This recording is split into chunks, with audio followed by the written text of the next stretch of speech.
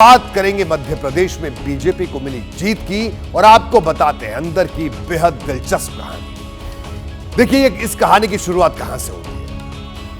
मध्य प्रदेश में जहां के मतदाताओं ने लगभग हर किसी को चौंका दिया, मध्य प्रदेश के नतीजों से यह तो साफ हो गया कि यहां मोदी मैजिक का असर भी दिखा और शिवराज सरकार की लाडली बहना योजना का भी कहीं ना कहीं प्रभाव रहा। लेकिन आज मैं आपको मध्य प्रदेश के कांटे भरे रास्ते में कमल खिलाने के पीछे की एक अलग वजह बताने वाला हूं। 1998 में जब कांग्रेस ने राज्य की सत्ता पर कब्जा किया था, तब दिग्विजय सिंह ने कहा था कि चुनाव मैनेजमेंट से जीते जाते हैं। उनके इस बयान का जिक्र आज इस वजह से जरूरी है क्योंकि मध्य प्रदेश में अगर बीजेपी जीती है तो इसके पीछे सबसे बड़ी कामयाबी चुनावी मैनेजमेंट की है। इस पूरी कहानी आज मैं आपको बताने वाला हूं कि कैसे यह चुनाव जीता गया। बात शुरू होती है जुलाई अगस्त के महीने से। उस वक्त कांग्रेस इंडिया गठबंधन की बैठकों में उलझी थी, बेंगलुरु से मुंबई तक 2024 की रणनीति पर मंथन कर रही थी। लेकिन भारतीय जनता पार्टी का पूरा फोकस हिंदी पट्टी के 3 चुनावी राज्यों पर था। यानी चुनाव से 3-4 महीने पहले ही बीजेपी ने मैदान पर फील्डिंग सजाने का काम तेज कर दिया था। उस वक्त बीजेपी जो फैसले ले रही थी उससे राजनीतिक पंडितों में हैरानी भी हो रही थी। उदाहरण के तौर पर एक बात आपको बताता हूं, इससे और तस्वीर साफ होगी। 17 अगस्त को ही बीजेपी ने मध्य प्रदेश के लिए उम्मीदवारों की पहली लिस्ट जारी कर दी।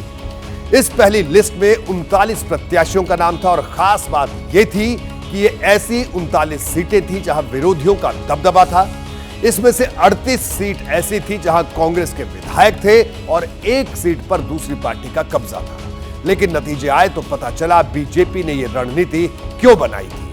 जिन 39 सीटों पर जीत का रास्ता मुश्किल नजर आ रहा था, वहां पार्टी की रणनीति ने सबको चौंका दिया। इस बार इन 39 में से 24 सीटें ऐसी हैं जहां बीजेपी की जीत हुई है।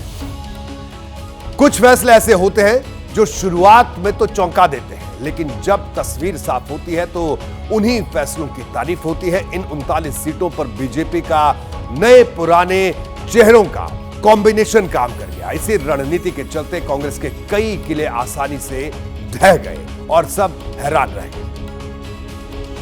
ये भाजपा की तैयारी है, आकलन है, या आप समझिए कि बूथ स्तर तक किया गया मैनेजमेंट है।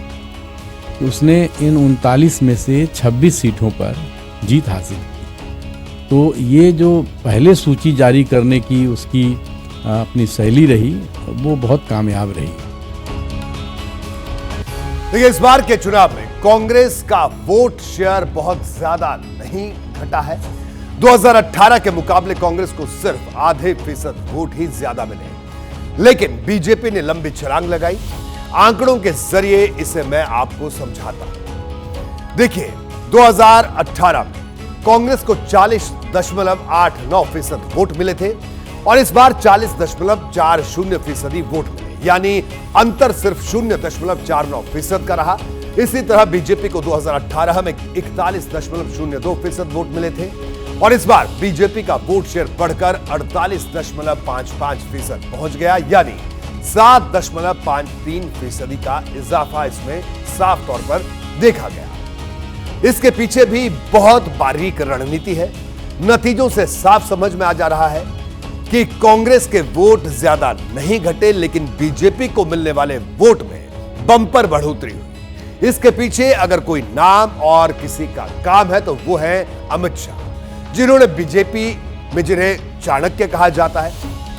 अमित शाह लगभग हर महीने मध्य प्रदेश जा रहे थे, बंद कमरों में पार्टी और संगठन के नेताओं के साथ मंथन कर रहे थे, एक सीट के लिए समीकरण सेट कर रहे थे। अमित शाह का पूरा फोकस बूथ मैनेजमेंट पर था।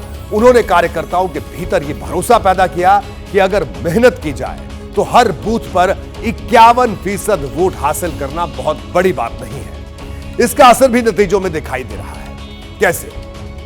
पार्टी को मध्य प्रदेश में औसत 48.55% वोट मिले हैं, लेकिन 101 विधानसभा सीट ऐसी हैं जहां 50% से ज्यादा वोट बीजेपी प्रत्याशियों के पक्ष में गया। यानी अमित शाह ने कार्यकर्ताओं को जो टारगेट दिया था उसे पूरी मेहनत और लगन के साथ अंजाम तक भी उन्होंने पहुंचाया। और इसी का यह नतीजा है।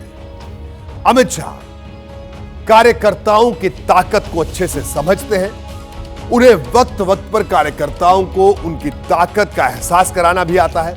जगह जगह शक्ति सम्मेलन आयोजित हुए, कार्यकर्ताओं को प्रधानमंत्री मोदी की स्पीच सुनाई जाती थी। भोपाल से लेकर दिल्ली तक आधी रात तक बैठकें होती थी और इतनी मेहनत से जो काम हुआ उसका नतीजा अब सबके सामने है। भारतीय जनता पार्टी ने बहुत सुनियोजित तरीके से अपनी चुनावी रणनीति बनाई। उन्होंने 51% वोट शेयर लक्ष्य प्राप्त करने के लिए बूथ स्तर पर जो काम किया, माइक्रो प्लान बनाया उन्होंने। पन्ना प्रभारी के बाद अर्ध पन्ना प्रभारी और अर्ध पन्ना प्रभारी के साथ उन्होंने जितनी भी अपनी हितग्राही मूलक योजना थी, चाहे राज्य सरकार की हो चाहे केंद्र सरकार की हो, उन्हें मतदाताओं तक पहुंचाने और जो लाभार्थी थे उनसे संपर्क करने का जो अभियान चलाया, वो निश्चित तौर पर बड़ा भारतीय जनता पार्टी के लिए कारगर रहा। अमित शाह ही वो नेता थे तो पूरे कॉन्फिडेंस के साथ मध्य प्रदेश में न सिर्फ जीत का दावा कर रहे थे बल्कि 150 से ज्यादा सीट पर कमल खिलाने की बात कह रहे थे। पार्टी ने मध्य प्रदेश में जितनी भी रणनीति बनाई उसमें से ज्यादातर पूरे नंबर के साथ पास हो गई। ऐसी ही एक रणनीति थी सांसदों और बड़े नेताओं को विधानसभा चुनाव लड़वाना। इस नीति का असर भी दिखा। मध्य प्रदेश में बीजेपी में 8 दिग्गज चेहरों को चुनावी मैदान में उतारा। इनमें 3 केंद्रीय मंत्री, 4 सांसद के अलावा राष्ट्रीय महासचिव कैलाश विजयवर्गीय का नाम भी शामिल है। चुनावी रणभूमि में हर फैसला 100% कामयाब नहीं होता। बीजेपी की इस रणनीति के साथ भी यही हुआ। केंद्रीय मंत्री फग्गन सिंह कुलस्ते और सांसद गणेश सिंह तो चुनाव हार गए, लेकिन बाकी के दिग्गज नेताओं के क्षेत्र में बीजेपी को बड़ा फायदा मिला। इसकी वजह यह रही कि अंदर खाने ये सभी खुद को मुख्यमंत्री की रेस में मान रहे थे। सभी ने अपने अपने जिले में पूरी ताकत लगाई, दिन रात एक किया और नतीजा पार्टी के पक्ष में चला गया। इसे भी आंकड़ों के जरिए मैं आपको समझाता हूं। कैलाश विजयवर्गीय इंदौर जिले से आते हैं। 2018 में यहां की 9 में से 5 सीट पर बीजेपी जीती थी, लेकिन इस बार सभी 9 सीट बीजेपी की झोली में गई। ये 30 साल बाद है जब इंदौर में बीजेपी को इतनी बड़ी जीत मिली है। नरेंद्र सिंह तोमर मुरैना से चुनाव लड़े थे। यहां 2018 में बीजेपी ने एक भी सीट नहीं जीती, लेकिन इस बार जिले की 6 में से 3 सीट पर जीत का कमल खिला। इसी तरह राकेश सिंह ने जबलपुर जिले में प्रभाव दिखाया। यहां 2018 में बीजेपी ने 8 में से 4 सीट जीती थी, लेकिन इस बार 7 सीटों को अपनी झोली में डाला। प्रहलाद पटेल की बात करें तो नरसिंहपुर जिले में उनका प्रभाव दिखा। इस जिले में विधानसभा की 4 सीटें हैं। 2018 में बीजेपी को सिर्फ 1 सीट मिली थी, लेकिन इस बार सभी 4 सीट भारतीय जनता पार्टी यहां पर जीत गई। मोटे तौर पर देखा जाए तो इन 8 दिग्गज नेताओं के जिले में 41 सीट आती है। 2018 में बीजेपी ने इसमें से सिर्फ 19 सीट जीती थी, लेकिन इस बार आंकड़ा बढ़कर 32 तक पहुंच गया। यानी करीब करीब 70% का भारतीय जनता पार्टी को यहां पर फायदा हुआ। किसी सांसद के लड़ने से नहीं, बल्कि अगर सांसद का व्यक्तित्व ऐसा है जो क्षेत्र पर असर डालने वाला है, उसकी जाति, उसका सामाजिक जुड़ाव और उसकी तत्परता अगर इस तरह की है कि वो लोगों को प्रभावित कर सकता हो, तो उसका क्षेत्र तो ठीक होता ही है, बाकी क्षेत्रों पर असर डाल सकता है। देखिए, सीधे तौर पर बात यही है कि बीजेपी के मैनेजमेंट के आगे कांग्रेस का मैनेजमेंट ध्वस्त हो गया। टिकट बंटवारे से लेकर बूथ स्तर की बल्लेबाजी ने बीजेपी को ऐसी बाजी जिता दी जिससे बहुत से लोग हारा हुआ बता रहे थे। कांग्रेस यही मानती रही कि लोगों में सरकार के खिलाफ गुस्सा है, लेकिन बीजेपी ने अपनी रणनीति से उस गुस्से को बेहतर नतीजों में तब्दील कर दिया। ये चुनाव नतीजे उसी रणनीति की बदौलत आए हैं जिस पर चलकर बीजेपी ने अपनी 20 साल पुरानी परंपरा को तोड़ा और बिना कोई भी चेहरा प्रोजेक्ट नहीं किया। सभी नेताओं का सिर्फ एक मकसद था, किसी भी हाल में अपनी अपनी विधानसभा और अपने अपने जिलों में बेहतर रिजल्ट देने हैं। इसी पर सबका फोकस रहा। देश के गृह मंत्री अमित शाह जी ने जब मध्य प्रदेश के चुनाव की कमान को संभाला था, तो अमित शाह जी ने हमें टास्क दिया था कि प्रत्येक बूथ पर 51% वोट। मैं ऐसा मानता हूं कि हम उस 51% वोट शेयर के लक्ष्य को लगभग 49 के करीब पहुंच गए। 101 विधानसभाएं ऐसी हैं जो 163 में से जिनमें 51% से ऊपर वोट शेयर भाजपा को मिला है। यही अमित शाह जी का टारगेट था, जिसको पूरा करने का प्रयास किया है। देखिए, ऐसा भी नहीं था कि बीजेपी ने जो तय किया था उसी ढर्रे पर वो चलती रही। जरूरत पड़ने पर मौजूदा विधायकों और पूर्व विधायकों के टिकट भी काटे गए और वक्त वक्त पर रणनीति में बदलाव भी हुआ, क्योंकि जैसे ही लाडली बहना योजना का इंपैक्ट दिखाई देने लगा तो सिंधिया समेत कई बड़े नेताओं ने शिवराज सिंह चौहान की नीतियों का प्रचार शुरू कर दिया। अगर बीजेपी की इस जीत को सामूहिक जीत कहा जाए तो उसमें कुछ भी गलत नहीं होगा, और कांग्रेस की हार को सामूहिक हार कहा जाए तो यह भी गलत नहीं होगा, क्योंकि कांग्रेस की तरफ से कमलनाथ मुख्यमंत्री पद के अघोषित चेहरे थे।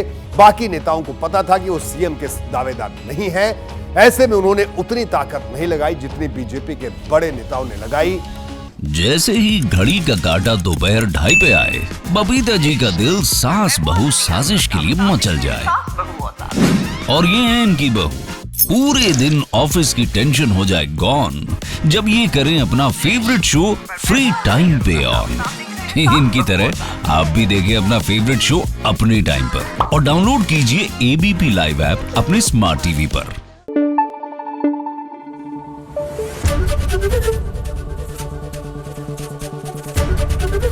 एबीपी न्यूज आपको रखे आगे।